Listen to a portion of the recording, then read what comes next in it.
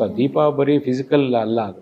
So ನನ್ನೊಳಗಡೆ ಇರತಕ್ಕಂಥ ಆತ್ಮಜ್ಯೋತಿ ನಿಮ್ಮೊಳಗಡೆ ಕೊಟ್ಟು, ನಿಮ್ಮೊಳಗಡೆ ಇರೋ ಆತ್ಮಜ್ಯೋತಿ ನನ್ನಲ್ಲಿ ಹಚ್ಕೊಂಡಾಗ ಆವಾಗ ನಿಮ್ಮಲ್ಲಿ ಅವಿನಾಭಾವ ಸಂಬಂಧಗಳು ಸೃಷ್ಟಿಯಾಗುತ್ತೆ. ನಮ್ಮಲ್ಲಿ ಒಂದು ಡಿಫ್ರೆಂಟ್ ಆಫ್ ಒಪಿನಿಯನ್ ಬರಲ್ಲ. ಅದನ್ನು ಮಕ್ಕಳಲ್ಲಿ ಕಲಿಸಿದಾಗ ಅವನಿಗೆ ಎಮೋಷನಲ್ ಕೋಶಂಟ್ ಇದಾಗುತ್ತೆ. ಆಮೇಲೆ ಇದೊಂದು ಏನು ಅಮ್ಮನ ಮನ ಅಂತ ಒಂದು ಕಾರ್ಯಕ್ರಮ ಮಾಡ್ತೀವಿ ಸ್ಕೂಲಲ್ಲಿ. ಎಲ್ಲ ತಾಯಿಯಂದಿರನ್ನು ಕರೆಸಿ ಅವ್ರಿಗೆ ಪಾದಪೂಜೆ ಮಾಡಿಸಿ ಮಗುಗೆ ಅಮ್ಮ ಕೈತುತ್ತು ಮಾಡಿ ತಿನ್ನಿಸ್ತಾಳೆ. ಕೈತುತ್ತು ನಾವೆಲ್ಲ ಕೈತುತ್ತಿಂದ ಬೆಳೆದವರು. ಸೊ ಆ ಕೈತುತ್ತಿನ ರುಚಿ ಬಲ್ಲವನೇ ಬಲ್ಲ. ಅದನ್ನ ಅನುಭವಿಸಿದವ್ರಿಗೆ ಮಾತ್ರ ಗೊತ್ತಿರುತ್ತೆ, ಅದನ್ನ ಎಕ್ಸ್ಪ್ಲೇನ್ ಮಾಡೋಕ್ಕಾಗಲ್ಲ. ಹಾಗಾಗಿ ಎಲ್ಲ ಅಮ್ಮಗಳನ್ನ ಕರೆಸಿ ಮಕ್ಕಳಿಗೆ ಕೈತುತ್ತು ಮಾಡಿದ್ದು ನಾವೇ ಇಲ್ಲಿ ಪ್ರಸಾದ ಮಾಡಿರ್ತೀವಿ, ಅದನ್ನ ಕೈತುತ್ತು ಮಾಡಿ ಮಕ್ಕಳಿಗೆ ತಿನ್ನಿಸ್ತಾರೆ. ಅದನ್ನ ಮಗುಗೆ ಅಮ್ಮ ಕೈತುತ್ತು ತಿನ್ನಿಸಿದಾಗ ಅದು ಆಗುವಂಥ ಆನಂದ ಅದು ಮರೆಯೋಕ್ಕಾಗಲ್ಲ ಅದೆಲ್ಲ. ಸೊ ಅದನ್ನ ಎಮೋಷನ್ಸ್ನ ಕನೆಕ್ಟ್ ಮಾಡ್ತೀವಿ ಅದರಿಂದ. ಸೊ ಹಾಗಾಗಿ EQ ಡೆವಲಪ್ ಮಾಡ್ತೀವಿ. ಆಮೇಲೆ CQ ಕ್ರಿಯೇಟಿವ್ ಕೋಶಂಟ್, ಸಾಕಷ್ಟು ಆಕ್ಟಿವಿಟೀಸ್ ಮಾಡಿಸ್ತೀವಿ ಮಕ್ಕಳಿಗೆ. ಒಂದು ಸೈನ್ಸ್ ಆಕ್ಟಿವಿಟೀಸ್ ಇರ್ಬೋದು, ಮತ್ತು ಕೆಲವು ಆರ್ಟ್ ಆ್ಯಂಡ್ ಕ್ರಾಫ್ಟ್ಸ್ ಇರ್ಬೋದು, ಡ್ಯಾನ್ಸ್ ಇರ್ಬೋದು, ಮತ್ತು ಕೆಲವು ಮ್ಯೂಸಿಕ್ಸ್ ಇರ್ಬೋದು. ಅದೆಲ್ಲ ಆರ್ಟ್ ಆ್ಯಂಡ್ ಕ್ರಾಫ್ಟ್ಸ್ ಜೊತೆ ಮಾಡಿ ಕ್ರಿಯೇಟಿವ್ ಕೋಶಂಟ್, ನನಗೆ ಎಷ್ಟು ಗೊತ್ತು ಅನ್ನೋದಕ್ಕಿಂತ ನಾನು ಎಷ್ಟು ಕ್ರಿಯೇಟಿವ್ ಆಗಿ ಕೆಲಸ ಮಾಡ್ತೀನಿ ಅನ್ನೋದು ಆಗಬೇಕು. ಕ್ರಿಯೇಟಿವ್ ಕೋಶಂಟ್ನ ಟ್ರಿಗರ್ ಮಾಡಿಸ್ತೀವಿ. Very very important SQ. So it is A social responsibility quotient ಅಂತ.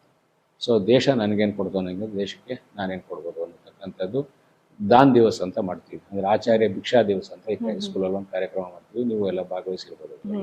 ನಮ್ಮ ಮಕ್ಕಳಿಂದ ದಾನ ಏನಾದರೂ ಅಕ್ಕಿ, ರಾಗಿ, ದವಸಗಳು ಇದರದ್ದೆಲ್ಲ ನಾವು ಕಲೆಕ್ಟ್ ಮಾಡ್ತೀವಿ. ನಮ್ದು ಆಶ್ರಮಗಳಿದೆ, ನಾನು ಹೇಳಿದ್ನಲ್ಲ ಆಗಲೇ, ವೃದ್ಧಾಶ್ರಮ, ಅನಾಥಾಶ್ರಮ. ಆ ಆಶ್ರಮಕ್ಕೆ ಒಂದು 6 ಮಂತ್ಸಿಂದ 1 ಇಯರ್ಗೆ ಆಗುವಷ್ಟು ದವಸನ ನಮ್ಮ ಸ್ಕೂಲ್ ಮಕ್ಕಳು ತಂದು ಕೊಡೋದ್ರಿಂದನೇ ಅದು ಆಶ್ರಮ ನಡೆಯುತ್ತೆ. ಒಂದು ವರ್ಷ ಅವ್ರಿಗೆ ಏನು ನಾವು ಕೊಂಡ್ಕೊಳ್ಳೋ ಅಂಥ ಅವಶ್ಯಕತೆ ಬರಲ್ಲ. ಬಟ್ಟೆ ತಗೊತೀವಿ, ದವಸ ಧಾನ್ಯಗಳನ್ನ ತಗೊತೀವಿ. ಆ ಮಕ್ಕಳಿಗೆ ಏನಂದರೆ 2 ಇದು ಒಂದು ಇದರಿಂದ 2 ಅಕ್ಕಿ ಹೊಡೆಯೋದು ಅಂತಾರಲ್ಲ, ಹಂಗೆ ಮಕ್ಕಳಿಗೇನು ಬರುತ್ತೆ ಅಂದರೆ ಯಾರಿಗಾದ್ರೂ ಕೊಡಬೇಕು ಅನ್ನೋ ಒಂದು ಮನೋಭಾವ ಮಕ್ಕಳಿಗೆ ಆಕ್ಷನ್ ಥರದ್ದು ಮಾಡ್ತೀವಿ. ಅದು ಕೊಟ್ಟಂಥ ದಾನ ನಾವು ಅನಾಥಾಶ್ರಮಗಳಿಗೆ, ವೃದ್ಧಾಶ್ರಮಗಳಿಗೆ, ಆಮೇಲೆ ಕೆಲವು ವೇದ ಪಾಠಶಾಲೆ ಸ್ವಂತ ಗುರುಕುಲಗಳಿಗೆ ಅದನ್ನು ದಾನ ಕೊಡ್ತೀವಿ. ಅವರು ಅದರಿಂದ ಬ್ಲೆಸ್ಸಿಂಗ್ಸ್ ಸಿಗುತ್ತೆ, ಮಕ್ಕಳಿಗೂ ಒಳ್ಳೆಯದಾಗುತ್ತೆ, ಶಾಲೆಗೂ ಒಳ್ಳೆಯದಾಗುತ್ತೆ, ವಾತಾವರಣದಲ್ಲಿ. So first is IQ, EQ, CQ ಮತ್ತು SQ 4 ಕೋಶಂಟು ಅವ್ರಿಗೆ ಓಪನ್ ಅಪ್ ಮಾಡಿಕೊಟ್ಟಾಗ ಅವ್ರಿಗೆ ಒಂದು ವಿಶೇಷವಾದಂಥ ಒಂದು ಶಕ್ತಿ ಬರುತ್ತೆ ಮಕ್ಕಳಿಗೆ. ಸೊ ಅವಾಗ ಇಲ್ಲಲ್ಲ, ಇಡೀ ಪ್ರಪಂಚದಲ್ಲಿ ಎಲ್ಲಿ ಬೇಕಾದರೂ ನಾನು ಬದುಕ್ತೀನಿ ಅನ್ನೋ ಒಂದು ಸಾಮರ್ಥ್ಯ ಬರುತ್ತೆ. ಈ ಮಕ್ಕಳು ಬರೀ ಒಂದು ಯಾರನ್ನ ಇದು ಮಾಡೋಕ್ಕೆ ಆಗಲ್ಲ, ಒಂದು ಅಡ್ರೆಸ್ ಮಾಡೋಕ್ಕಾಗಲ್ಲ, ಒಬ್ಬರು ಇಂಟರ್ವ್ಯೂ ತಗೊಳಕ್ಕಾಗಲ್ಲ. ಸೊ ಒಬ್ಬ ಪೊಲೀಸ್ IAS ಆಫೀಸರ್ನ, IPS ಆಫೀಸರ್ನ ಇಂಟರ್ವ್ಯೂ ಮಾಡ್ಬೇಕು ನಮ್ಮ ಮಕ್ಕಳೋಗಿ. ಸೊ ಆ ಶಕ್ತಿ ಬರ್ಬೇಕಂತಂದರೆ ಅವ್ರಿಗೆ ಓಪನ್ ಅಪ್ ಆಗಬೇಕು. ಅವ್ರಿಗೆ ಸೋಷಿಯಲ್ ಕೋಶಂಟ್ ಏನು ನನಗೆ SQ ಅದು ಓಪನ್ ಆದರೆ ಮಾತ್ರ ಅವರು ಸೋಷಿಯಲ್ ಆಗಿ ಮಿಂಗಲ್ ಆಗ್ತಾರೆ ಜನ. ಸೊ ನಮ್ಮ ಮಕ್ಕಳು IPS ಆಫೀಸರ್ನ ಇಮಿಡಿಯೇಟ್ ಆಗಿ ಹೋಗಿ ಮಾಡ್ತಾರೆ, ಇಂಟರ್ವ್ಯೂ ತಗೊಂತಾರೆ. ಸೊ ಒಬ್ಬ ರಾಜಕಾರಣಿನ, ಒಬ್ಬ ಹೋಮ್ ಮಿನಿಸ್ಟರ್ನ ಮಾತಾಡಿಸ್ತಾರೆ, ಒಬ್ಬರು ಇವ್ರನ್ನ ಮಾತಾಡಿಸ್ತಾರೆ, ಹೋಗಿ ನಾ ಇಂಟರ್ವ್ಯೂ ಮಾಡ್ಬೇಕು ಸರ್ ನಿಮ್ಮನ್ನ ಅಂತಾರೆ. ಸೊ ನೀವು ಹೆಂಗೆ ಈ ಪೋಸ್ಟಿಗೆ ಬಂದಿರಿ ಅಂತ ಕೇಳ್ತಾರೆ. ಸೊ ಇದಕ್ಕೆಲ್ಲ ಏನೇನೆಲ್ಲ ಸಾಧನೆ ಮಾಡಬೇಕು ಅಂತ ಕೇಳ್ತಾರೆ. ಒಬ್ಬ IAS ಆಫೀಸರ್ ಆಗ್ಬೇಕಂದ್ರೆ IAS ಆಫೀಸರ್ನ ಹೋಗಿ ಇಂಟರ್ವ್ಯೂ ತಗೊಂಡಾಗ what are the cause and process ಎಲ್ಲ ಗೊತ್ತಿರುತ್ತೆ ಮಕ್ಕಳಿಗೆ. 5ನೇ ಕ್ಲಾಸ್ ಮಕ್ಕಳು ಒಬ್ಬ IAS ಆಫೀಸರ್ನ ಇಂಟರ್ವ್ಯೂ ಮಾಡ್ತಾರೆ ಅಂದರೆ you can imagine what there it is ಅಂತ. ಸೊ ಅದನ್ನೆಲ್ಲ ಮಾಡಿರ್ತೀವಿ. ಹೀಗಾಗಿ ಸರ್, ಇವಾಗ ನಿಮ್ದು ಕೆಲವೊಂದು ಆರ್ಟಿಕಲ್ ಓದಿದೆ. ಅದರಲ್ಲಿ ಒಂದು ಆರ್ಟಿಕಲ್ ಅಲ್ಲಿ ನೀವು ಹೇಳಿದ್ದೀರಾ ಏನಂದ್ರೆ, ಒಂದು ಊರಿನ ಗುಣಮಟ್ಟ ಆ ಊರಿನ ಶಾಲೆಯ ಮೇಲೆ ಆಧಾರಿತವಾಗಿದೆ ಅಂತ ಅದೊಂದು ಲೈನ್ ಇದೆ ಅದರಲ್ಲಿ. ನಂಗೆ ತುಂಬಾ ಇಷ್ಟ ಆಯ್ತು. ಸೊ ಅದ್ರ ಬಗ್ಗೆ ಹೇಳಿ ಸರ್, ಅದು ಯಾವ ತರ ಹೇಳಿದ್ರಿ ನೀವು? Okay, very good question. ಇದೇನಾಗುತ್ತೆ ಅಂತಂದರೆ, ಒಂದು ಗ್ರಾಮ, ನಾವೆಲ್ಲ ನಮ್ಮ ಒಂದು 20-30 ವರ್ಷ ಹಿಂದೆ ಹೋದರೆ, ಸೊ ನಾವೆಲ್ಲ ಒಂದು ಕೂಡಿ ಬಾಳಿದರೆ ಸ್ವರ್ಗ ಸುಖ ಅಂತ ಏನು ಹೇಳ್ತಿದ್ವಿ. ಊರಲ್ಲಿ ಒಂದು ವ್ಯವಸ್ಥೆ ಇರ್ತಿತ್ತು, ಒಂದು ಪಂಚಾಯಿತಿ ಕಟ್ಟೆ ಇರ್ತಿತ್ತು, ಅದಕ್ಕೊಂದು ಟೆಂಪಲ್ ಇರ್ತಿತ್ತು, ಅದಕ್ಕೊಂದು ಶಾಲೆ ಇರ್ತಿತ್ತು, ಒಂದು ಹಾಸ್ಪಿಟ್ಲ್ ಇರ್ತಿತ್ತು. ಇದು ಗ್ರಾಮದ ವ್ಯವಸ್ಥೆ. ಸೊ ಇದೆಲ್ಲ ಅಂದರೆ ಒಂದು ದೇವಸ್ಥಾನ ಅಂತಂದರೆ ಒಂದು ಆಧ್ಯಾತ್ಮಿಕ ಕೇಂದ್ರ, ಅಂದರೆ ನಮ್ಮ ಧರ್ಮ ಸಂಸ್ಕೃತಿ ಉಳಿಸೋಕ್ಕೆ ಒಂದು ಆಧ್ಯಾತ್ಮಿಕ ಕೇಂದ್ರ. ಸೊ ಅಲ್ಲಿ ಹೋದಾಗ ದೇವರು ಬಗ್ಗೆ ಮಕ್ಕಳಿಗೆ ಅವೇರ್ನೆಸ್ ಬರ್ತಿತ್ತು. ಅದನ್ನೇ ಇದು ಮಾಡಿ ನಾವು ಇದು ಸ್ಕೂಲಲ್ಲೂ ಕೂಡ ಅದನ್ನ ಇಂಟ್ರೊಡ್ಯೂಸ್ ಮಾಡಿದ್ವಿ. ಪ್ರತಿಯೊಂದು ಕ್ಲಾಸಲ್ಲೂ ಒಂದು ಸಣ್ಣದೊಂದು ಚಿಕ್ಕದು ಫೋಟೋ ಇಟ್ಟಿದ್ದೀವಿ. ಆ ಮಕ್ಕಳು ಕ್ಲಾಸ್ ಒಳಗಡೆ ಬಂದಿದ ತಕ್ಷಣ ಅದಕ್ಕೊಂದು ಹೂವು ಇಟ್ಟು ಒಂದು ದೀಪ ಹಚ್ತಾರೆ. ಟೀಚರ್ ಬರೋಕ್ಕೆ ಮುಂಚೆ ಅದನ್ನೊಂದು ಸಣ್ಣ ಪ್ರೇಯರ್ ಮಾಡಿರ್ತಾರೆ. ಅದಕ್ಕೆಲ್ಲ ಒಂದು 2-3 ನಿಮಿಷ, ಮ್ಯಾಕ್ಸಿಮಮ್ 5 ನಿಮಿಷ ತಗೊಳತ್ತೆ. 5 ನಿಮಿಷನ ಅದಕ್ಕೋಸ್ಕರ ಸ್ಪೆಂಡ್ ಮಾಡ್ತಾರೆ. ಅವಾಗ ಎಲ್ಲ ವ್ಯಕ್ತಿಗಳು ಎಲ್ಲಿ ಈಲ್ಡಾಗ್ತಾರೆ ಅಂತಂದರೆ, ಒಂದು ದೈವ ಅಂತ ಬಂದಾಗ ಎಲ್ಲರೂ ಹಿಂದೆ ಅಂಥ ದೊಡ್ಡ ರಾಜಕಾರಣಿ ಆದರೂ, ಎಷ್ಟೇ ದೊಡ್ಡ ವ್ಯಕ್ತಿ ಆದರೂ ಕೂಡ, ಇವಾಗ ಒಂದು ಹಾಸ್ಪಿಟ್ಲಿಗೆ ಹೋಗ್ತೀವಿ. ಹಾಸ್ಪಿಟ್ಲಿಗೆ ಹೋದಾಗ ತುಂಬ ದೊಡ್ಡ ಡಾಕ್ಟ್ರು ಅಲ್ಲಿ ಹೋಗಿ ಅಂತ ಹೇಳ್ತಾರೆ. ಆ ದೊಡ್ಡ ಡಾಕ್ಟರ್ ಹತ್ರ ಹೋಗಿ ನಮ್ಗೇನೋ ತುಂಬ ದೊಡ್ಡ ಪ್ರಾಬ್ಲಮ್ ಇರುತ್ತೆ, ಅಲ್ಲಿ ಹೋದಾಗ ಒಳಗಡೆ ಹೋಗಿದ ತಕ್ಷಣ ಎಲ್ಲ ಹಾಸ್ಪಿಟ್ಲಿಗೆ ಹೋಗಿ ನೋಡಿ, ನೀವು ಯಾವುದೇ ಹಾಸ್ಪಿಟ್ಲಿಗೆ ಹೋದ್ರು ಒಂದು ಗಣೇಶನ ಮೂರ್ತಿ ಇಟ್ಟಿರ್ತಾರೆ. ಸೊ ಹಂಗಂದ್ರೆ ಡಾಕ್ಟ್ರು ಸೈನ್ಸ್ನ ನಂಬಿರೋ ಅಂಥವ್ರು. ಸೊ ಒಬ್ಬ ಡಾಕ್ಟ್ರು ಗಣೇಶನ ಮೂರ್ತಿಗೆ ಯಾಕೆ ಇಡಬೇಕು, ಅವರೇ ಮಾಡ್ಬೋದಲ್ಲ, ಅವರೇ ದೇವರಾಗ್ಬೋದಲ್ಲ. ಅವ್ರೇನು ಹೇಳ್ತಾರೆ, ಸರ್ ಹೆಂಗಿದೆ ನಮ್ಮ ಪೇಷಂಟ್ ಕಂಡೀಷನು, ಏನು ಸರ್ ಏನು ಮೆರಿಟ್ ಏನು ಡಿಮೆರಿಟ್ ಅಂತ ಕೇಳಿದಾಗ, ನೋಡಮ್ಮ ನಾನೆಲ್ಲ ಮಾಡೋ ಪ್ರಯತ್ನ ಮಾಡ್ತೀನಿ, ಮಿಕ್ಕಿದ್ದು ಭಗವಂತನ ಬಿಟ್ಟಿದ್ದು ಅಂತ ಹೇಳ್ತಾರೆ. ಆಮೇಲೆ ಅವ್ರು ಆಪ್ರೇಷನ್ ಮಾಡೋಕ್ಕೆ ಮುಂಚೆ ಅದ್ರ ಶಸ್ತ್ರಾಸ್ತ್ರಗಳಿಗೆ ಒಂದು ನಮಸ್ಕಾರ ಮಾಡಿ ಅವರು ದೇವ್ರನ್ನ, ಅವ್ರು ನಂಬಿರೋವಂಥ ದೇವ್ರನ್ನ, ಅವ್ರು ಯಾರನ್ನ ನಂಬ್ಕೊಳ್ಳಿ, ಅಲ್ಲನ ನಂಬಲಿ, ಯೇಸುನ ನಂಬಲಿ, ಕೃಷ್ಣನ ನಂಬಲಿ, ಯಾರನ್ನ ನಂಬಲಿ. ಸೊ ಡಾಕ್ಟರ್ಗಳು ಎಲ್ಲ ವರ್ಗದವರು ಇರ್ತಾರೆ. ಎಲ್ಲ ವರ್ಗದವರು ಅವ್ರು ನಂಬಿದ ದೇವರುಗಳನ್ನ ಒಂದ್ಸರಿ ನೆನೆಸ್ಕೊಂತಾರೆ. ನೆನೆಸ್ಕೊಂಡು ನಾನು ಮಾಡೋ ಕೆಲಸ ಸಕ್ಸಸ್ ಆಗಿ ಈ ರೋಗಿ ಗುಣಮುಖನಾಗಲಿ ಅಂತ ಮಾಡ್ತಾರೆ. ಸೊ ಇದು ಒಬ್ಬ ಸೈನ್ಸ್ ಅವರು ಕೂಡ, ಅಂದರೆ ಆಧ್ಯಾತ್ಮ, ದೇವರು ಮತ್ತು ಸೈನ್ಸು ಎರಡು ಒಂದು ನಾಣ್ಯದ ಎರಡು ಮುಖಗಳು. ಸೈನ್ಸ್ ಬಿಟ್ಟು ದೇವರಿಲ್ಲ, ದೇವ್ರು ಬಿಟ್ಟು ಸೈನ್ಸ್ ಇಲ್ಲ. ಸೊ ಇದನ್ನು ಬರೀ ಆಧ್ಯಾತ್ಮ ಅಂತ ನಂಬೋದ್ರೂ ತಪ್ಪಾಗುತ್ತೆ, ಬರೀ ಸೈನ್ಸಿಂದ ಹೋದ್ರೂ ತಪ್ಪಾಗುತ್ತೆ. ಎರಡನ್ನೂ ನಾವು ಬ್ಲೆಂಡ್ ಮಾಡಿ, ಸೊ ಎರಡು ಮುಖಗಳು, ಒಂದು ನೋಟ್ಗೆ ಎರಡು ಮುಖ ಇದ್ದರೆ ಮಾತ್ರ ಅದಕ್ಕೆ ಬೆಲೆ. ಹಂಗೇನೆ ಆಧ್ಯಾತ್ಮ ಜೀವನ ಅಂತಂದರೆ ಆಧ್ಯಾತ್ಮ ಸೈನ್ಸ್ ಎರಡಕ್ಕೂ ರೆಸ್ಪೆಕ್ಟ್ ಮಾಡಬೇಕು. ಯಾಕೆ ಅಂತಂದರೆ ಇವಾಗ ಒಂದು ಕಾಲು ಮುರಿದೋದ್ರೆ ಸೊ ದೇವರೇ ನನ್ನ ಕಾಲು ಕಟ್ಟು ಅಂದ್ರೆ ಆಗಲ್ಲ, ಅದಕ್ಕೆ ಏನೇನು ಚಿಕಿತ್ಸೆ ಮಾಡಬೇಕು, ಪ್ರೊಸೀಜರ್ಸ್ ಮಾಡಿದ್ರೆ ನನ್ನ ಕಾಲು ಜಾಯಿನ್ ಆಗೋದು. ಹಾಗಾಗಿ ಅಲ್ಲಿ ಸೈನ್ಸ್ ಕೆಲಸ ಮಾಡುತ್ತೆ, ಸೊ ಮಿಕ್ಕಿದ್ದು ದೈವಶಕ್ತಿ ಕೆಲಸ ಮಾಡುತ್ತೆ. ಸೊ ಅದೆರಡನ್ನೂ ಇರುವಾಗ ಇದು ಮಾಡ್ಕೊಳ್ಳೋದು ಇದು. ಹಂಗಾಗಿ ಮಕ್ಕಳಿಗೆ ಹೇಳೋವಾಗಲೂ ಕೂಡ ಎರಡನ್ನೂ ಸೇರಿಸೇ ಮಾತಾಡಬೇಕಾಗುತ್ತೆ. ಇದು ಅನುಭವದ ಮಾತು. ನನ್ನ ಜೀವನದಲ್ಲೂ ಬೇಕಾದಷ್ಟು ಆ ಥರ ಅನುಭವಗಳು. ಸೊ ನನಗೆ ಹುಷಾರಿಲ್ಲದೆ ಇದ್ದಾಗೂ ನಾನು ಎಲ್ಲರೂ ಉಳಿಯೋದೇ ಇಲ್ಲ ಅಂತ ಹೇಳೋವಂಥ ಸನ್ನಿವೇಶದಲ್ಲೂ ಕೂಡ ಡಾಕ್ಟ್ರ್ ಹೇಳಿದ್ರು, ನಾನು ಮಾಡೋ ಪ್ರಯತ್ನ ಮಾಡ್ತೀನಿ ಅಂತ. ಸೊ ತುಂಬ ಜನ ನನ್ನ ಡಿವೋಟೀಸು, ನನ್ನ ವೆಲ್ವಿಷರ್ಸು, ನನ್ನ ಕುಟುಂಬದವರು, ನನ್ನ ವಿದ್ಯಾರ್ಥಿಗಳು ಎಲ್ಲ ದೇವ್ರಿಗೆ ತುಂಬ ಮೊರೆ ಹೋಗಿದ್ದರು. ಅಂದರೆ ದೇವರೇ ನಮ್ಮ ಸರ್ವರು ಹುಷಾರಾಗಿ ಬರಲಿ ಅಂತ ಒಂದು ಪ್ರೇಯರ್ ಮಾಡಿದರು. ಅವರೆಲ್ಲರ ಪ್ರೇಯರ್ನ ಫಲನೇ ನನ್ನ ಚಿಕಿತ್ಸೆ ಫಲಕಾರಿಯಾಗಿ ನನಗೆ ಪುನರ್ಜನ್ಮ ಪಡೆದು ಬಂದಿದ್ದೀನಿ. ಅದಕ್ಕೆ ನನಗೆ ಬಲವಾದಂಥ ನಂಬಿಕೆ ಇದೆ. ಅದು ಫ್ಯಾಕ್ಟ್ ಕೂಡ. ಇದನ್ನು ಏನೋ ವಿವರಣೆ ಮಾಡಿ ಅದಕ್ಕೇನೋ ಬಣ್ಣ ಕಟ್ಟಿ ನಮಗೇನು ಅದರ ಅವಶ್ಯಕತೆ ಇಲ್ಲ. ಅದನ್ನೇನೋ ಬಣ್ಣ ಕಟ್ಟಿ ನಂಬಿಸಿ ನಾವೇನೋ ಬಿಸ್ನೆಸ್ ಮಾಡಿ ನಾವು ಇಷ್ಟು ಕ್ಲಾಸ್ ಮಾಡ್ತೀನಿ ಅಥವಾ ಇದನ್ನು ಕೇಳ್ರಿ, ಇದರಿಂದ ಇಷ್ಟು ದುಡ್ಡು ಕೊಡ್ರಿ, ಅದೆಲ್ಲ ನಮಗೇನು ಬಿಸ್ನೆಸ್ ಅಲ್ಲ. ಬಿಸ್ನೆಸ್ ಎಲ್ಲ ನಮ್ಗೆ ಏನೋ ಅನ್ವಾಂಟೆಡ್ ಅದೆಲ್ಲ. ಸೊ ನಮ್ಗೆ ಯಾರ ದುಡ್ಡು ಬೇಡ, ಯಾರ ಇದು ಬೇಡ ನಮಗೆ. ಸೊ ದೇವರು ನಮ್ಮ ಆರ್ಡ್ ಕೆಲಸಕ್ಕೆ ನಮ್ಗೇನು ಕೊಟ್ಟಿದ್ದಾನೆ ಅಷ್ಟೇ ಸಾಕು. ಸಂತೃಪ್ತ ಜೀವನ ನನಗೆ ಅಷ್ಟೇ ಸಾಕು. ಸರ್, ಇವಾಗ ಇಂಡಿಯನ್ ಎಜುಕೇಶನ್ ನನ್ನ ಹತ್ರ ಇವತ್ತೂ ಮಾರುತಿ ಕಾರ್ ಇರೋದು, ಅದರಲ್ಲೇ ನಾನು ಸೂಪರ್, ನಾನು ಬೆನ್ಸ್ ಕಾರ್ ಅಷ್ಟು ಫೀಲಿಂಗ್ಸ್ ಇದೆ ನನಗೆ. ಸಾಕು ನನಗೆ. ಅದೇ ನಾನು ದೇವ್ರ ಹತ್ರ ಅದನ್ನೂ ಕೇಳಲ್ಲ, ಅದನ್ನು ಯಾವತ್ತೂ ನಾನು ಎಕ್ಸ್ಪೆಕ್ಟ್ ಮಾಡ್ದೇ ಅಲ್ಲ. ಸೊ ಓಡಾಡೋಕೆ ವೆಹಿಕಲ್ ಬೇಕು ಅಷ್ಟೇ, ಬೇಸಿಕ್ ಸಾಕು. ಅದೇ ಸರ್, ಈಗ ಇಂಡಿಯನ್ ಎಜುಕೇಶನ್ ಸಿಸ್ಟಮ್ ಅಂತ ಬಂದರೆ ಒಂದು ಗೌರ್ಮೆಂಟ್ ಸ್ಕೂಲ್ ಬರುತ್ತೆ, ಇನ್ನೊಂದು ಪ್ರೈವೇಟ್ ಸ್ಕೂಲ್ ಬರುತ್ತೆ. ನಿಮ್ಮ ಆರ್ಟಿಕಲಲ್ಲಿ ಅದು ಇತ್ತು, ಏನಂದರೆ ಪ್ರೈವೇಟ್ ಸ್ಕೂಲ್ಸ್ ಬಗ್ಗೆ ತುಂಬ ತಪ್ಪು ಅಭಿಪ್ರಾಯ ಇದೆ ಕೆಲವೊಂದು ಪೇರೆಂಟ್ಸ್ಗೆ, ಅಂದರೆ ತುಂಬ ದುಡ್ಡು ತಿಂತಾರೆ ಪ್ರೈವೇಟ್ ಸ್ಕೂಲ್ನವರು ಅಂತ. ಸೊ ಅದ್ರ ಬಗ್ಗೆ ನಿಮ್ಮ ಥಾಟ್ ಏನು ಸರ್? ಅದ್ರ ಬಗ್ಗೆ ಜಾಸ್ತಿ ಮಾತಾಡೋಕೆ ಹೋಗಿ, ಯಾಕಂದರೆ ತುಂಬ ಕಾಂಟ್ರವರ್ಸಿಸ್ ಇದೆ. ಅಂದರೆ ಅವರು ಬೇರೆಯವ್ರ ಬಗ್ಗೆ ಮಾತಾಡ್ದಂಗೆ ಆಗುತ್ತೆ. ಸೊ ನಾವೇನು ಮಾಡಬೇಕು ಅನ್ನೋದು ಅಷ್ಟನ್ನು ಮಾಡಬೇಕು. ತುಂಬ ವರ್ಷ ಬೇಕು. ಯಾಕಂದರೆ ಸತ್ಯ ಹೇಳಿದಾಗ ಕೆಲವರಿಗೆ, ಅದೇ ನಾನು ಓಶೋ ಹೇಳಿದ್ನಲ್ಲ, ಆ ಓಶೋ ಸತ್ಯ ಹೇಳಿದಾಗ ಅವ್ರನ್ನ ತುಂಬ ವಿರೋಧ ಮಾಡೋದು, ಅವ್ರಿಗೆ ಕಾಂಟ್ರವರ್ಸಿಸ್ಸು ತುಂಬ ಡೆವಲಪ್ ಆಯಿತು. ಈ ಏಜಲ್ಲಿ ನಾನು ಅದನ್ನೆಲ್ಲ ಹೇಳೋಕ್ಕೆ ಇಷ್ಟಪಡಲ್ಲ. ಸೊ ಅದನ್ನು ಅವ್ರವ್ರಿಗೆ ಗೊತ್ತಾಗುತ್ತೆ. ಯಾವಾಗ ಭಗವಂತ ಏನೋ ಹೇಳ್ತಾನೆ, ಏನು ಸಂಭವಾಮಿ ಯುಗೆ ಯುಗೆ ಅಂತ ಹೇಳ್ತಾನೆ. ಹೀಗಾಗಿ ಭಗವಂತನೇ ಬಂದಾಗ ಅದೆಲ್ಲ ಸರಿ ಮಾಡ್ತಾನೆ. ಇದೆ ಕೆಲವು ಒಳ್ಳೆ ಸ್ಕೂಲ್ಗಳು ತುಂಬ ಮಾಡೋರಿದ್ದಾರೆ. ಈಗ ಮಠದ ಸ್ಕೂಲ್ಗಳು, ಇವಾಗ ಸಿದ್ಧಗಂಗೆ ಮಠದ ಮಾಡ್ತಾರೆ, ಸುತ್ತೂರು ಮಠ ಮಾಡ್ತಿದ್ದಾರೆ. ಆಮೇಲೆ ನಮ್ಮ ಇವರು ಮಠದ ಸ್ಕೂಲ್ಗಳೆಲ್ಲ ಬೇಕಾದಷ್ಟು ಇದ್ದಾವೆ. ಆಮೇಲೆ ನಮ್ಮ ಇವ್ರದ್ದು ಪೇಜಾವರ ಮಠದ ವಿದ್ಯಾವರ್ಧಕ ಸ್ಕೂಲ್ಗಳಿದ್ದಾವೆ. ಬೇಕಾದಷ್ಟು ಆ ಥರ ಒಳ್ಳೆ ಸ್ಕೂಲ್ಗಳು ಬೇಕಾದಷ್ಟಿದೆ. ಯಾಕಂದರೆ ಸಮಾಜದಲ್ಲಿ ಒಳ್ಳೆಯದು ಕೆಟ್ಟದ್ದು ಎರಡೂ ಇರ್ತವೆ. ಕೆಟ್ಟದ್ದು ಅಂತಿರಲ್ಲ, ಏನೋ ಅವ್ರಿಗೆ ಮಾಡಬಾರ್ದು ಅಂತ ಯಾರೂ ಇಲ್ಲ, ಗೊತ್ತಿರಲ್ಲ. ಗೊತ್ತಾದರೆ ಅವರು ಕೂಡ ಮಾಡ್ತಾರೆ. ಬೇಕಾದಷ್ಟು ಜನ ಒಳ್ಳೆ ಕೆಲಸ ಮಾಡ್ತೀವಿ. ಸೊ ಸೈನ್ಸ್ ಹೇಳ್ಕೊಡೋದು ಒಂದು ದೊಡ್ಡ ಸಾಧನೆನೇ ಅಲ್ವಾ? ಎಲ್ಲರೂ ಒಳ್ಳೆ ಕೆಲಸ ಮಾಡ್ತಾರೆ. ಆಮೇಲೆ ಸ್ಕೂಲ್ ಮಾಡಕ್ಕೆ ಬಂದವ್ರಿಗೆಲ್ಲ ಒಂದು ಒಳ್ಳೆ ಮನಸ್ಸಿರುತ್ತೆ. ಇದೆಲ್ಲ ಕಮರ್ಷಿಯಲ್ ಸ್ವಲ್ಪ ಜಾಸ್ತಿ ಮಾಡ್ಕೊಂಡು ಅದು ಬೇರೆ. ಒಂದು ಒಳ್ಳೆ ಮನಸ್ಸಿರೋರು ಮಾತ್ರ ಮಾಡೋಕ್ಕೆ ಸಾಧ್ಯ. ಮಾಡ್ತಿದ್ದಾರೆ ತುಂಬ. ಅದೆಲ್ಲ ಮಾಡ್ತಿರೋದಕ್ಕೆ ನಮ್ಮ ಇದರಲ್ಲೂ ನಮ್ಮ ದೇಶದಲ್ಲಿ ಎಜುಕೇಷನ್ ಸಿಸ್ಟಮ್ ತುಂಬ ಚೆನ್ನಾಗಿದೆ. ಕಂಪೇರ್ ಟು ಅದರ್ಸ್ ಇದು ನಮ್ಗೆ ಚೆನ್ನಾಗಿದೆ. ಈಗ ಸುಮಾರು ಗೌರ್ಮೆಂಟ್ ಸ್ಕೂಲ್ನ ನೀವು ಅಡಾಪ್ಟ್ ಮಾಡಿದ್ದೀನಿ ಅಂತ ಹೇಳಿದ್ರಿ. ಸೊ ಅಲ್ಲಿ ಏನೇನು ಕಾರ್ಯಕ್ರಮಗಳಾಗುತ್ತೆ? ಅಂದರೆ ನಿಮ್ಮ ಸೇವೆ ಅಲ್ಲಿ ಯಾವ ಥರ ಇರುತ್ತೆ sir government school? So specially ಹೋದಾಗ ಟೀಚರ್ಸ್ ಓರಿಯೆಂಟೇಷನ್ ತುಂಬ ಇರುತ್ತೆ. ಯಾಕೆಂದರೆ ಗೌರ್ಮೆಂಟ್ ಸ್ಕೂಲ್ಸು ತುಂಬ ಚೆನ್ನಾಗಿದೆ. ಸ್ವಲ್ಪ ಇನ್ಫ್ರಾಸ್ಟ್ರಕ್ಚರ್ ಕೊರತೆ ಬಿಟ್ಟರೆ ಶಿಕ್ಷಕರೆಲ್ಲ ತುಂಬ ಅಲ್ಲಿ, ಯಾಕಂದರೆ ಇವಾಗ TET ಅಂತ ಒಂದು ಇದೆಲ್ಲ ಮಾಡಿದ್ದಾರೆ, ನೀಟ್ ಇದೆಲ್ಲ ಮಾಡಿದ್ದಾರೆ. ಅಲ್ಲಿ ರ್ಯಾಂಕ್ ಯಾರು ಬರ್ತಾರೋ ಅವ್ರು ಮಾತ್ರ ಆಗುವಂಥದ್ದು. ಹೀಗಾಗಿ ಟೀಚರ್ಸ್ ಕ್ವಾಲಿಟಿ ಚೆನ್ನಾಗಿರುತ್ತೆ. ಆಮೇಲೆ ಅವರಲ್ಲಿ ಒಂದು ಒಳ್ಳೆಯ ಮನೋಭಾವ ಇರುತ್ತೆ ಶಿಕ್ಷಕರಲ್ಲಿ, ಗೌರ್ಮೆಂಟ್ ಸ್ಕೂಲ್ ಶಿಕ್ಷಕರಲ್ಲಿ. ಇದು ಇನ್ಫ್ರಾಸ್ಟ್ರಕ್ಚರ್ ಅಂತ ಏನು ವ್ಯವಸ್ಥೆ ಅಂತ ಕರಿತೀವಿ, ಅದು ಸ್ವಲ್ಪ ಕೊರತೆ ಇದೆ. ನಮ್ಮ ಘನ ಸರ್ಕಾರ ಅದ್ರ ಬಗ್ಗೆ ತುಂಬ ಎಚ್ಚರಿಕೆ ವಹಿಸಿ, ನಾನೇನಾದರೂ ಹೋಮ್ ಮಿನಿಸ್ಟರ್ ಆದರೆ ಅದು ಎಜುಕೇಷನ್, ನನಗೇನಾದರೂ ದೇವರು ಪೊಲಿಟಿಕಲಲ್ಲಿ ಹೋಗಿ ಇದು ಮಾಡೋದು, ನಾನು 2 ಪೋರ್ಟ್ಫೋಲಿಯೋ ಕೇಳೋದು. ಸೊ ಒಂದು ಏನು ಧಾರ್ಮಿಕ ದತ್ತಿ ಮುಜರಾಯಿ ಇದು ಮಿನಿಸ್ಟರ್ ಆಗಬೇಕು ಅಂತ, 2ನೇದು ಎಜುಕೇಷನ್ ಮಿನಿಸ್ಟರ್ ಆಗಬೇಕು ಅಂತ. ಇದೆರಡು ನನ್ನ ಕನಸು. ನೋಡೋಣ, ದೇವರು ನನಗೆ ನಿಜವಾಗ್ಲೂ ಆಶೀರ್ವಾದ ಮಾಡಿದ್ರೆ ಇದ್ದಿದ್ರೆ ನಾನು ಎಲೆಕ್ಟ್ ಆದರೆ ಆ 2ನ ಯಾವ್ದನ್ನ ಒಂದು ತಗೋದು, ಅದನ್ನ ತಗೊಂಡು ತುಂಬ ದೊಡ್ಡ ಆವಿಷ್ಕಾರನೇ ಮಾಡ್ತೀನಿ.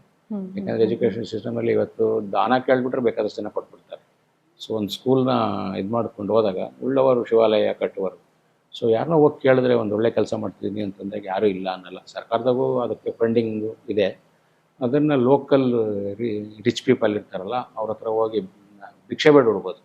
ಒಬ್ಬ ಎಜುಕೇಷನ್ ಮಿನಿಸ್ಟ್ರು ಅದನ್ನು ಒಂದು ಸಮಾಜಕ್ಕೋಸ್ಕರ, ಸೊ ಯಾರನ್ನೋ ಒಂದು ದಾನ ಕೇಳಿದ್ರೆ ಏನು ತಪ್ಪೇನಾಗಲ್ಲ. ಯಾಕಂದರೆ ಅವ್ರಿಗೇನಲ್ಲ, ಇವತ್ತು ಇವರು ಮಾಡ್ತಿದ್ದಾರೆ. ಇನ್ಫೋಸಿಸ್ ಅವರು ಎಷ್ಟೊಂದು ಗೌರ್ಮೆಂಟ್ ಸ್ಕೂಲ್ಗಳನ್ನ ರಿನೋವೇಟ್ ಮಾಡಿಕೊಟ್ಟಿದ್ದಾರೆ. ಆಮೇಲೆ ಇವರು ಅಜಿಮ್ ಸಾಹೇಬರು, ವಿಪ್ರೋ ಅವರು ತುಂಬ ಸ್ಕೂಲ್ಗಳು ಮಾಡಿದ್ದಾರೆ. ಇದರ ಬಿಸ್ನೆಸ್ ಬೇಕಾದಷ್ಟು ಜನ ಇದ್ದಾರೆ, ಲಕ್ಷಾಂತರ ಜನ ಇದ್ದಾರೆ. ಮನ್ಸು ಮಾಡ್ಬೇಕಷ್ಟೆ.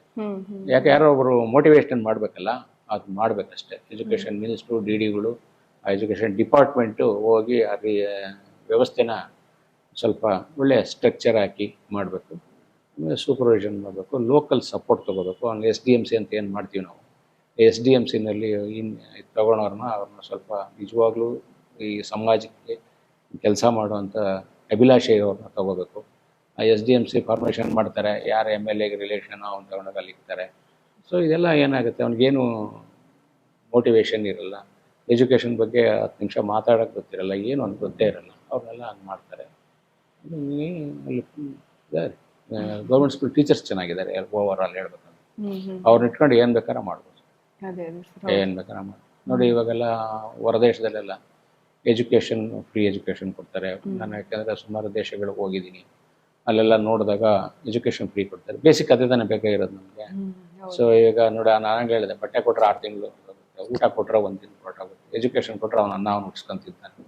ಸೊ ಅದಕ್ಕೆ ಎಜುಕೇಷನ್ ಕಡೆ ಸರ್ಕಾರ ತುಂಬ ಗಮನ ಕೊಡಬೇಕು.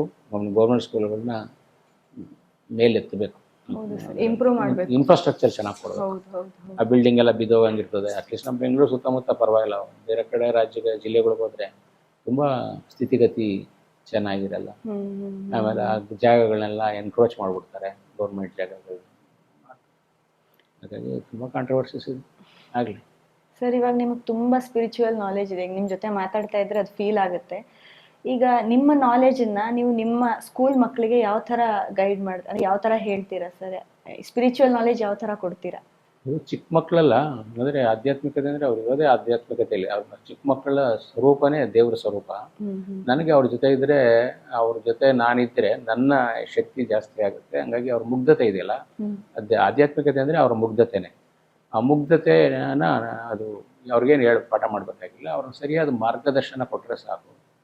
ಅವ್ರಿಗೆ ಏನಾಗುತ್ತೆ ಅಂತಂದರೆ, ಈ ಕೆಲವು ಸಿಸ್ಟಮ್ನ ಡೆವಲಪ್ ಮಾಡ್ತೀವಿ. ಅವ್ರಿಗೆ ಈ ಆಧ್ಯಾತ್ಮಿಕತೆ ಬರಬೇಕಂತಂದರೆ ಫಸ್ಟು ಅವ್ರಿಗೆ ಕ್ಲೆನ್ಸ್ ಮಾಡಬೇಕಾಗಿರೋದು ಈ ಅನ್ನಮಯ ಕೋಶ, ಮನೋಮಯ ಕೋಶ, ವಿಜ್ಞಾನಮಯ ಕೋಶ, ಪ್ರಾಣಮಯ ಕೋಶ, ಆನಂದಮಯ ಕೋಶ. ಫಸ್ಟು ಅನ್ನಮಯ ಕೋಶ ಒಳಗೆ ಅನ್ನ ಏನು ತಿಂತೀವೋ ಅದು ಬುದ್ಧಿ ಬರುತ್ತೆ. ಈಗ ನೀವು ಇವಾಗೆಲ್ಲ ಆಂಧ್ರಾಗೆಲ್ಲ ಹೋದರೆ ಅವರು ಗುಂಟೂರು ಖಾರ ಎಲ್ಲ ತಿಂತಾರೆ. ಅವ್ರನ್ನ ಒಂದು ಅಡ್ರೆಸ್ ಕೇಳಿ, ವಯ ಅಂತಾರೆ.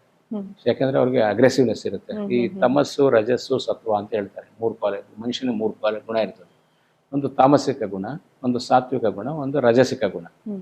ಸೊ ನಾವು ತಿನ್ನೋ ಆಹಾರದಿಂದ ನಾವು ಸಾತ್ವಿಕರಾಗ್ಬೋದು, ತಾಮಸಿಕರಾಗ್ಬೋದು, ರಜಸಿಕರಾಗ್ಬೋದು. ಅದಕ್ಕೆ ಈ ರಾಜರು ಊಟ ಮಾಡುವಾಗೆಲ್ಲ ನಾನ್ ವೆಜ್ ಶಕ್ತಿ ಬೇಕು. ರಾಜರಿಗೆ ಯುದ್ಧ ಮಾಡ್ಬೇಕಂದ್ರೆ ಶಕ್ತಿ ಬೇಕು. ಅದಕ್ಕೋಸ್ಕರ ಅವರು ಇದನ್ನು ನಾನ್ ವೆಜ್ ಅಂತ ಏನು ಕರಿತೀವಿ, ರಾಜಸಿಕ ಊಟ ಮಾಡ್ತಾರೆ. ಸೊ ಅದೇ ಥರ ಈ ಮಕ್ಕಳಿಗೆ ಅನ್ನಮಯ ಕೋಶ, ಆಮೇಲೆ ಮನೋಮಯ ಕೋಶ. ನಾವೇನು ಅನ್ನ ತಿಂದರೆ ಅದೇ ಬುದ್ಧಿ ಬರುತ್ತೆ ಅಂದರೆ. ಸೊ ಆಮೇಲೆ ಅದು ನೀವು ನಾನ್ ವೆಜ್ ತಿನ್ಬೇಡ ಅಂತ ಹೇಳೋದು, ನಾನ್ ವೆಜ್ ತಿಂದರೂ ಕೂಡ ಇವಾಗ ಬೇಡರ ಕಣ್ಣಪ್ಪ ಶಿವನಿಗೆ ಮೊಲದ ಮಾಂಸ ಇಟ್ಟ, ಆದರೆ ಅದು ಶಿವ ಅದನ್ನು ಸ್ವೀಕಾರ ಮಾಡ್ದ. ಆದರೆ ಅದನ್ನು ನಾನ್ ವೆಜ್ ಅಂತ ತಿನ್ಲಿಕ್ಕೆ ಸ್ವೀಕಾರ ಮಾಡಿದ್ದಲ್ಲ, ಅದು ಪ್ರಸಾದ ಅಂತ ಮಾಡ್ದ.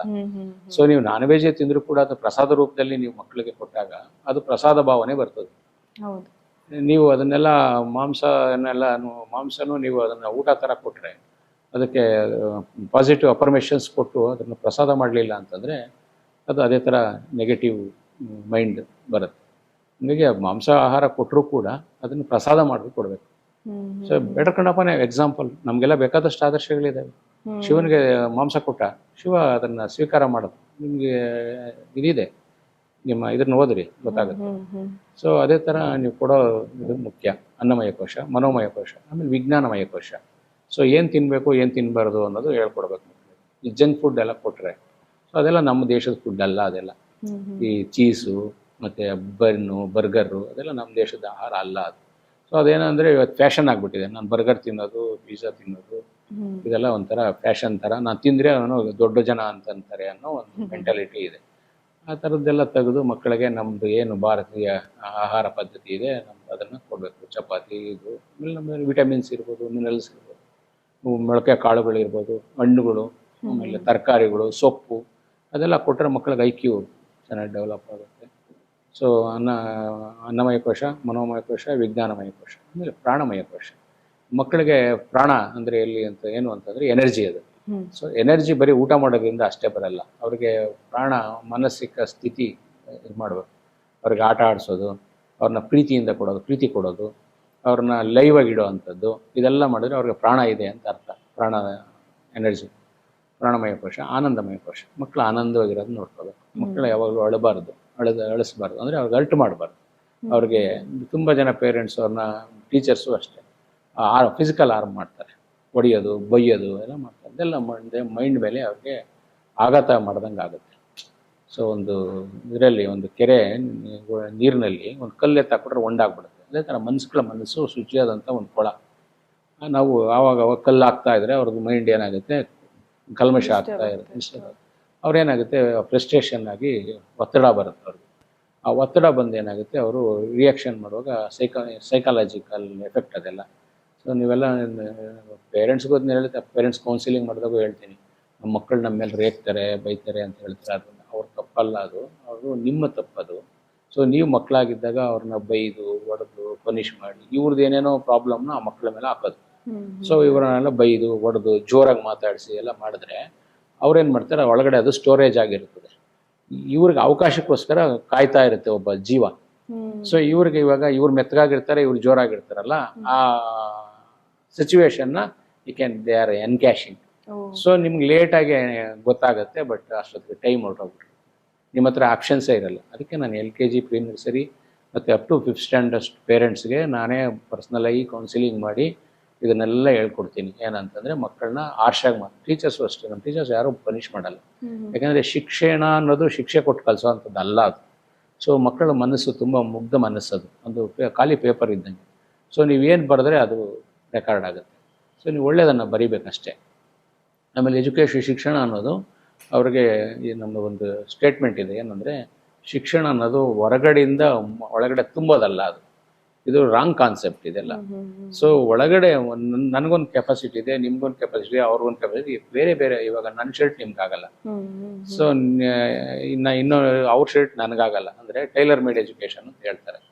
ಸೊ ಒಂದು 30 ಜನ ಕ್ಲಾಸಲ್ಲಿ ಮಕ್ಕಳಿದ್ರೆ 30 ಜನನೂ ಒಂದು ಪರ್ಪಸ್ಗೋಸ್ಕರ ಹುಟ್ಟಿರ್ತಾರೆ. ಭಗವಂತ ಈ ಭೂಮಿಗೆ ಕಳಿಸುವಾಗ ಒಂದು ಪರ್ಪಸ್ ಅಂತ ಕೊಟ್ಟಿರ್ತಾನೆ. ಪ್ರತಿಯೊಂದು ಜೀವಿಗೂ ಪರ್ಪಸ್ ಅಂತ ಕೊಟ್ಟಿರ್ತಾನೆ. ಸುಮ್ಮನೆ ಯಾರು ಈ ಭೂಮಿಗೆ ಬರಲ್ಲ, ಇವತ್ತು ಒಂದು ರೀಸನ್ ಇಟ್ಕೊಂಡೇ ಬಂದಿರ್ತಾರೆ. ನನಗೆ ಪೇಷನ್ಸ್, ಒಬ್ಬ ಶಿಕ್ಷಕನಿಗೆ ಒಬ್ಬ ಪೇಷನ್ಸ್ ಇರಬೇಕು. ಅವ್ನು ಯಾವುದೋ ಒಂದು ಪರ್ಪಸ್ಗೆ ಬಂದಿದ್ದಾನೆ, ಅವ್ನು ಯಾವ ಪರ್ಪಸ್ಗೋಸ್ಕರ ಬಂದಿದ್ದಾನೆ. ಕೆಲವರು ಮ್ಯೂಸಿಕ್ ಆಡ್ತಾರೆ. ಇವಾಗ ನಮ್ಮ ಇವರು ಮ್ಯೂಸಿಕ್ ಡೈರೆಕ್ಟರ್ ಏನವ್ರ ಹೆಸರು ಬಂದಿದ್ರಲ್ಲ, ಒಂದಿದ್ದು ಅರ್ಜುನ್ ಜನ್ಯ, ಆಮೇಲೆ ಇನ್ನೊಬ್ಬ ರಾಜೇಶ್ ಅವರೆಲ್ಲ, ರಾಜೇಶ್ ಕೃಷ್ಣನ್ ಅವರೆಲ್ಲ ಅವರು ಆಡಕ್ ಬಂದಿದ್ದಾರೆ. ಅವ್ರು ಬಂದು ನಂತರ ಪಾಠ ಮಾಡೋದಂದ್ರೆ ಮಾಡೋಕ್ಕಾಗಲ್ಲ ಅಂತ ಹೇಳಿ ನಾನು ಬೇರೆ ಪರ್ಪಸ್ ಬಂದೀನಿ, ಅವ್ರು ಬೇರೆ ಪರ್ಪಸ್ ಬಂದಿದ್ರು. ಒಬ್ಬ ಶಿಕ್ಷಕನಿಗೆ ಒಂದು ಮಗು ಒಂದು ಜೀವ ಯಾವ ಪರ್ಪಸ್ಗೋಸ್ಕರ ಬಂದಿದೆ ಈ ಭೂಮಿಗೆ ಅನ್ನೋದನ್ನ ಐಡೆಂಟಿಫೈ ಮಾಡೋಷ್ಟು ಕೆಪಾಸಿಟಿ ಇರಬೇಕು ಒಬ್ಬ ಶಿಕ್ಷಕನಿಗೆ. ಒಬ್ಬ ತಂದೆ ತಾಯಿಗೆ ಪೇಷನ್ಸೇ ಇಲ್ಲ. ಏನು ಮಗು ಅಂದರೆ ಅದು ಏನು ಅಂದರೆ ಒಂದು ವಸ್ತು ಅಂತ ಆಟ ಆಡಕ್ಕೆ ಬಂದಿರೋ ಒಂದು ಗೊಂಬೆ ಅನ್ಕೊಂಡ್ಬಿಟ್ಟಿರ್ತೀವಿ. ಅದೆಲ್ಲ ತಪ್ಪು ಕಲ್ಪನೆಗಳು. ಆಮೇಲೆ ತಂದೆ ತಾಯಿಗಳು ಅವ್ರದ್ದು ಏನೇನೋ ಸಮಸ್ಯೆಗಳನ್ನ ಮಕ್ಕಳ ಮುಂದೆ ಡಿಸ್ಕಸ್ ಮಾಡೋದು, ಅವರ ಒತ್ತಡವನ್ನು ಇವ್ರ ಮೇಲೆ ಹಾಕೋದು. ಆಮೇಲೆ ಸಮಯ ಕೊಡಬೇಕು ಮಕ್ಕಳಿಗೋಸ್ಕರ, ಮಕ್ಕಳ ಜೊತೆ ಮುಕ್ತವಾಗಿ ಮಾತಾಡಬೇಕು, ಮಕ್ಕಳ ಕಷ್ಟ ಏನು ಅಂತ ಕೇಳಬೇಕು. ಅವ್ರೇನೋ ಒಂದು ಶೇರ್ ಮಾಡೋಕ್ಕೆ ಬಂದಾಗ ನಮಗೆ ತಾಳ್ಮೆ ಇರಬೇಕು. ತಾಳ್ಮೆನೇ ಇಲ್ಲ. ಇವತ್ತಿನ ಜನಕ್ಕೆ ಓಡ್ತಾರೆ. ಎಲ್ಲರಿಗೂ ಒಂದು ಕಾರ್ ಇದ್ರೆ 10 ಕಾರ್ ಬೇಕು, 5 ಶರ್ಟ್ ಇದ್ರೆ ಅಲ್ಲ, 1 ಶರ್ಟ್ ಇದ್ರೆ ಸಾಕಾಗಲ್ಲ, 10 ಶರ್ಟ್ ಬೇಕು. ಮಾಡಿ ಏನು ಮಾಡ್ಕೊಂತೀರ? ಮಕ್ಕಳಿಗೋಸ್ಕರ ಮಾಡೋದು. ಆ ಮಕ್ಕಳಿಗೆ ಎಲ್ಲರೂ ಹೇಳ್ತಾರೆ ಮಕ್ಕಳಿಗೆ ಆಸ್ತಿ ಮಾಡಬೇಡಿ ಅಂತ, ತಪ್ಪದು. ನಮ್ಮ ಕೈಲಾದಷ್ಟು ಮಕ್ಕಳಿಗೆ ಆಸ್ತಿನೂ ಕೊಡಬೇಕು, ಮಕ್ಕಳನ್ನ ಆಸ್ತಿನೂ ಮಾಡಬೇಕು. ಸುಮ್ಮನೆ ಅವ್ರನ್ನೆಲ್ಲ ದರಿದ್ರನ್ನ ಮಾಡಿಬಿಟ್ಟು ತಂದು ಬಿಟ್ಬಿಟ್ರೆ, ಇವತ್ತು ನೋಡಿಮ್ಮ, ಇವತ್ತು ನಾವು ಕೊರೋನಾ ಟೈಮ್ ಬಂತಲ್ಲ, ಬೆಸ್ಟ್ ಎಕ್ಸಾಂಪಲ್ ಕೊಡ್ತೀನಿ ನೋಡಿ. ಕೊರೋನಾ ಟೈಮ್ ಬಂದಾಗ ಎಲ್ಲ ಬೆಂಗಳೂರು ಬಿಟ್ಟು ಹಳ್ಳಿಗೆ ಹೋದ್ರಿ. ಸೊ ಹಳ್ಳಿಗೆ ಹೋದಾಗ ನಮ್ಮ ಅಪ್ಪ ಅಮ್ಮನೋ ಏನೋ ಒಂದಿಷ್ಟು ಒಂದು ಮನೆಗೆ ಇರೋಕೊಂದು ಮನೆ, ಒಂದು ಅರ್ಧ ಎಕರೆ ಜಮೀನು ಇಟ್ಟಿದ್ದಕ್ಕೆ ಹೋಗಲ್ಲೆಲ್ಲ ಸೆಟಲ್ ಡೌನ್ ಆದ್ವಿ. ಸೊ ಅವತ್ತು ಅವು ಇಟ್ಟಿಲ್ಲ ಅಂದಿದ್ರೆ, ಅಂದರೆ ಮಕ್ಳಿಗೆ ಆಸ್ತಿ ಮಾಡಿಬಿಟ್ರೆ ಅಂದರೆ ಏನೋ ಬೇಸಿಕ್ ನಮ್ಮ ಕೈಲಾದಷ್ಟು ಅವ್ರವ್ರ ಶಕ್ತಿ ಅನುಸಾರ. ಸೊ ಇಷ್ಟೇ ಮಾಡ್ಬೇಕು ಅಷ್ಟೇ ಮಾಡಬೇಕು ಅಂತ ಅದಕ್ಕೆ ಇದಿಲ್ಲ. ನಮ್ಮ ಶಕ್ತಿ ಈಗ ಅನುಸಾರ ಅವ್ರಿಗೊಂದಿಷ್ಟು ಮಾಡಿಡಬೇಕು. ಮಕ್ಕಳಿಗೂ ಜ್ಞಾನ ವಿವೇಕ ಕೊಟ್ಟು ಆಸ್ತಿ ಮಾಡಬೇಕು. ಅಂದರೆ ಒಳ್ಳೆ ಎಜುಕೇಷನ್ ಕೊಡಬೇಕು, ಎರಡೂ ಮಾಡಬೇಕು. ಮಕ್ಕಳಿಗೆ ಆಸ್ತಿನೂ ಮಾಡಬೇಕು, ಮಕ್ಕಳನ್ನೇ ಆಸ್ತಿಯನ್ನಾಗೂ ಮಾಡಬೇಕು. So very important. ಕೆಲವೊಬ್ಬರು ಆಸ್ತಿ ಮಾಡ್ತಾರೆ, ಮಕ್ಕಳಿಗೆ ಕಲ್ಚರ್ ಕೊಟ್ಟಿರಲ್ಲ. ಸೊ ಅದೆಲ್ಲ ಏನಾಗುತ್ತೆ, ನಾಳೆ ಅದನ್ನ ಉಳಿಸ್ಕೊಳ್ಳೋ ಕೆಪಾಸಿಟಿನೂ ಇರಲ್ಲ. ಅದೆಲ್ಲ ತಪ್ಪಲ್ವಾ? ಹಾಗಾಗಿ ಸಮಾಜದ ಏಳಿಗೆ, ಒಂದು ಕುಟುಂಬದ ಏಳಿಗೆ, ಸಮಾಜದ ಏಳಿಗೆ, ಅದು ನಿಜವಾದಂಥ ದೇಶಭಕ್ತಿ. ಸರ್, ಇವಾಗ ಒಬ್ಬ ಮನುಷ್ಯನ ಜೀವನದಲ್ಲಿ ಆಧ್ಯಾತ್ಮ ಎಷ್ಟು ಇಂಪಾರ್ಟೆಂಟ್ ಆಗುತ್ತೆ ಸರ್? ಎಷ್ಟು ಇಂಪಾರ್ಟೆಂಟ್, ಅದಕ್ಕೆ ವ್ಯಾಲ್ಯೂ ಕಟ್ಟಕ್ಕಾಗಲ್ಲ. ಎಸೆನ್ಷಿಯಲ್ ಅಂತ ಹೇಳ್ಬೋದು. ಅಧ್ಯಾತ್ಮ ಅಂದರೆ ಅದು ಹೇಳಿದ್ನಲ್ಲ, ಆತ್ಮ ಸಾಕ್ಷಾತ್ಕಾರ. ಸೊ ಇದಕ್ಕೆ ದಾರ್ಶನಿಕರು, ಫಿಲಾಸಫಿ, ಇದು ತುಂಬಾ ಮುಖ್ಯ. ಅದು ಬೇಸ್. ಅದು ಈಗ ನೀವು ಪಾಯ ಇಲ್ದಿರ ಮನೆ ಕಟ್ತೀನಿ ಸರ್, ಪಾಯ ಎಷ್ಟು ಇಂಪಾರ್ಟೆಂಟ್ ಅಂತ ಕೇಳಿದಂಗಿದೆ ಈ ಕ್ವಶನ್. ಅಷ್ಟು ಅಂದರೆ ಪಾಯ ಎಷ್ಟು ಇಂಪಾರ್ಟೆಂಟು.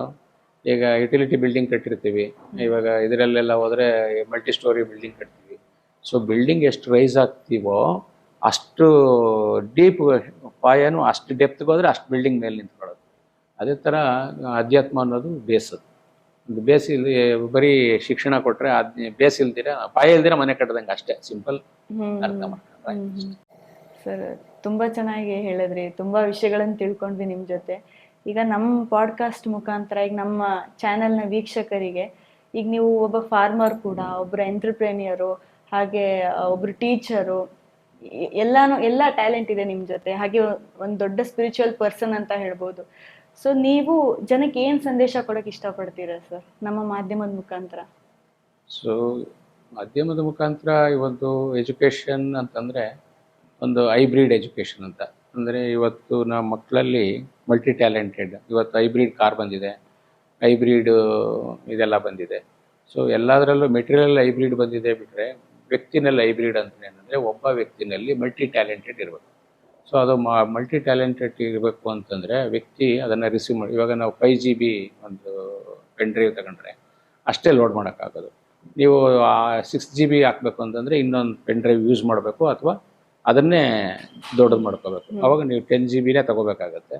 ಅದೇ ಥರ ನಮ್ಮ ಬ್ರೈನ್ ಕೆಪಾಸಿಟಿ ಜಾಸ್ತಿ ಮಾಡಬೇಕು. ಆ ಬ್ರೈನ್ ಕೆಪಾಸಿಟಿ ಹೆಂಗೆ ಜಾಸ್ತಿ ಆಗುತ್ತೆ ಅಂದರೆ ಅದೇನು ಮ್ಯಾಜಿಕ್ ಮಾಡೋಕ್ಕಾಗಲ್ಲ. ಅದನ್ನ ನಾವು ಏನಂದರೆ, ಅದು ಧ್ಯಾನ ಅವಸ್ಥೆ. ಅಂದರೆ ಒಬ್ಬೊಬ್ಬ ಹಾರ್ಟ್ಗೆ ಹೆಂಗೆ ಪಲ್ಸ್ ಪರ್ ಸೆಕೆಂಡ್ಸ್ ಇದೆಯೋ ಹಂಗೆ ನಮ್ಮ ಬ್ರೈನ್ಗೂ ಆಲ್ಫಾ, ಬೀಟಾ, ತೀಟಾ, ಗಾಮಾ ಅಂತ ಸ್ಟೇಟಸ್ ಇದೆ. ಸೊ ಯಾವಾಗ ನಾವು ಬ್ರೈನ್ನ ತುಂಬ ಸಮಾಧಿ ತಗೊಂಡೋದಾಗ, ಸಮಾಧಿ ಅಂದರೆ ಸಮ ಪ್ಲಸ್ ದಿ ಅಂದರೆ ಸಮಾಧಿ. ಸೊ ನಮ್ಮ ಬುದ್ಧಿಯನ್ನು ಈ ಅಸ್ತವ್ಯಸ್ತ ಇರೋದನ್ನ ಬಿಟ್ಟು ಸಮಾಧಿಗೆ ತೊಗೊಂಬಂದು alpha, beta, theta, gamma, so ಅದನ್ನು ತೊಗೊಂಬಂದು ನಾವು ಯಾವಾಗ ನಮ್ಮ ಬ್ರೈನ್ನ ತುಂಬ ಕಾಮಾಗಿ ಇಟ್ಕೊಳ್ತೀವೋ ಆವಾಗ ಜಾಸ್ತಿ ಗ್ರಾಸ್ಪಿಂಗ್ ಪವರ್ ಬರುತ್ತೆ. ನಾವು ಜಾಸ್ತಿ ವಿಷಯಗಳನ್ನ ತಿಳ್ಕೊಬೋದು, ಜಾಸ್ತಿ ಸ್ಟೋರೇಜ್ ಮಾಡ್ಕೋಬೋದು.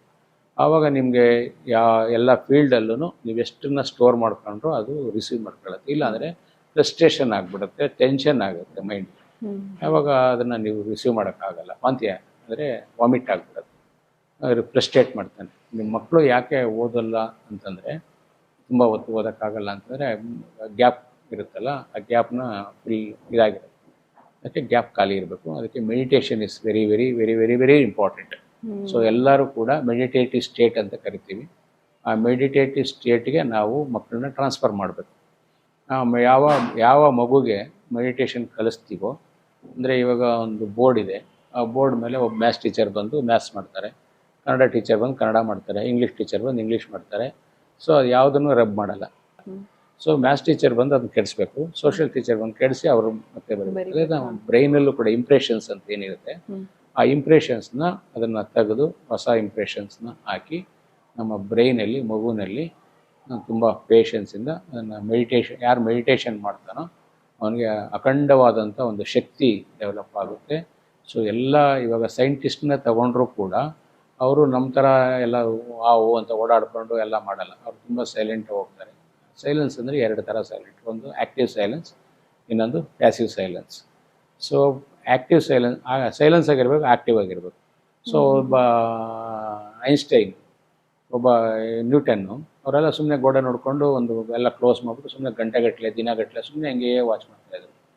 ಆವಾಗ ಒಂದು ಆ್ಯಪಲ್ ಕೆಳಗಡೆ ಬೀಳುತ್ತೆ, ಆ್ಯಪಲ್ ಬೀಳಿದ್ರೆ ಅವನು ಗ್ರಾವಿಟಿ ಫೋರ್ಸು ಮಾಡ್ತಾನೆ, ಅಂದರೆ ಅವನಿಗೆ ಇಮಿಡಿಯೇಟಾಗಿ ಫ್ಲಾಶ್ ಆಗುತ್ತೆ, ಅದು ಮೇಲಕ್ಕೆ ಯಾಕೆ ಹೋಗಲಿಲ್ಲ, ಆ್ಯಪಲ್ ಕೆಳಕ್ಕೆ ಬಂದರೆ ಗ್ರಾವಿಟಿ ಫೋರ್ಸ್ನ ಅಂತ ಫೈಂಡ್ ಔಟ್ ಮಾಡ್ತಾನೆ. ಆವಾಗ ಅವನಿಗೆ ಫ್ಲಾಶ್ ಆಗುತ್ತೆ. ಸೊ ಪ್ರತಿಯೊಬ್ಬ ವ್ಯಕ್ತಿ ಕೂಡ ಯಾವಾಗ ಸೈಲೆಂಟಲ್ಲಿರ್ತಾನೋ ಅವನಿಗೆ ತುಂಬ ದೊಡ್ಡ ದೊಡ್ಡ ವಿಚಾರಗಳು ಫ್ಲಾಶ್ ಆಗುತ್ತೆ. ನಾವು ಗಲಾಟೆ ಮಾಡಿಕೊಂಡು ನಮ್ದು ಏನೇನೋ ಇದೆಲ್ಲ ಮಾಡಿಕೊಂಡು ನಾವು ಅಲ್ಲಿ ಇಲ್ಲಿ ಅವ್ರ ಮೇಲೆ ಇವ್ರ ಮೇಲೆಲ್ಲ ಮಾಡ್ತಾ ಇದ್ರೆ, ಯಾವಾಗ ಡಿಸ್ಟರ್ಬ್ ಮೈಂಡ್ ಇರುತ್ತೋ ಅವ್ರಿಗೆ ದೊಡ್ಡ ದೊಡ್ಡ ವಿಚಾರ ಫ್ಲಾಶ್ ಆಗೋದು, ಸಣ್ಣ ಸಣ್ಣ ವಿಚಾರಗಳು, ಹೊಟ್ಟೆಪಾಡಿನ ವಿಚಾರಗಳು, ದೊಡ್ಡ ದೊಡ್ಡ ವಿಚಾರಗಳು ಬರ್ಬೇಕಂತಂದರೆ ನಾವು enter into the silence, active silence. So ಸಮಾಧಿ ಇಸ್ ದ ಬೇಸ್. ಸೊ ಅದಕ್ಕೆ ಬೇಕಾದಷ್ಟು ಇವತ್ತು ಆರ್ಗನೈಸೇಷನ್ಸ್ ಇದೆ ಸಮಾಧಿ ಹೇಳ್ಕೊಡೋಕ್ಕೆ. ಸೊ ಬೇಕಾದಷ್ಟು ಆರ್ಗನೈಸೇಷನ್ಸು ಕೆಲವು ಚಾರ್ಜ್ ಮಾಡಿ ಹೇಳ್ಕೊಡ್ತಾರೆ, ಕೆಲವು ಫ್ರೀಯಾಗಿ ಹೇಳ್ಕೊಡ್ತಾರೆ. ಸೊ ಹೋಗಿ ಅದನ್ನು ಕೂತು ಗುರುಗಳ ಕೃಪೆ ತುಂಬ ಮುಖ್ಯ. ಗುರುಗಳ ಹತ್ರ ನಾವು ಶರಣಾಗತಿಯಿಂದ ಕೂತು, ಯಾರಿಗೂ ಪೇಷನ್ಸೇ ಇಲ್ಲ, ಸೊ ಬರೀ 6 ಸಬ್ಜೆಕ್ಟ್ ಓದೋದ್ರಲ್ಲೇ ಇದಾಗ್ತದೆ. ಹಾಗಾಗಿ ಗುರುಗಳ ಕೃಪೆಯಿಂದ ಕೂತ್ಕೋಬೇಕು, ಸಮಾಧಾನವಾಗಿ ಕೂತ್ಕೋಬೇಕು. ಕೂತ್ಬಿಟ್ಟು ಯಾರು ಮೆಡಿಟೇಷನ್ ಪ್ರಾಕ್ಟೀಸ್ ಮಾಡ್ತಾರೋ ಅವ್ರಿಗೆ ವಿಶೇಷವಾದಂಥ ಶಕ್ತಿ, ವಿಶೇಷವಾದಂಥ ವ್ಯಕ್ತಿ, ವಿಶೇಷವಾದಂಥ ಇದು ಬರ್ತಾರೆ. ಬೇಸಿಸ್ ಇದು ಎಲ್ಲ ಪೇರೆಂಟ್ಸು ದಯವಿಟ್ಟು ಸೊ ನೀವು ಮೆಡಿಟೇಷನ್ ಮಾಡಿ, ಮಕ್ಕಳಿಗೂ ಮೆಡಿಟೇಷನ್ ಕಲಿಸಿ, ನಿಮ್ಮ ಮನೆ ತುಂಬ ಚೆನ್ನಾಗಾಗುತ್ತೆ. ಮನೆಯೇ ಮಂತ್ರಾಲಯ ಅಂತ ಬರೀ ಹಾಡು ಹೇಳಿದ್ರೆ ಸಾಕಾಗಲ್ಲ. ಸೊ ಮನಸ್ಸೇ ದೇವಾಲಯ. ಅದನ್ನು ಆ್ಯಕ್ಷನ್ಗೆ ಬರ್ಬೇಕಂದ್ರೆ ಮೆಡಿಟೇಷನ್ ಮಾಡಬೇಕು.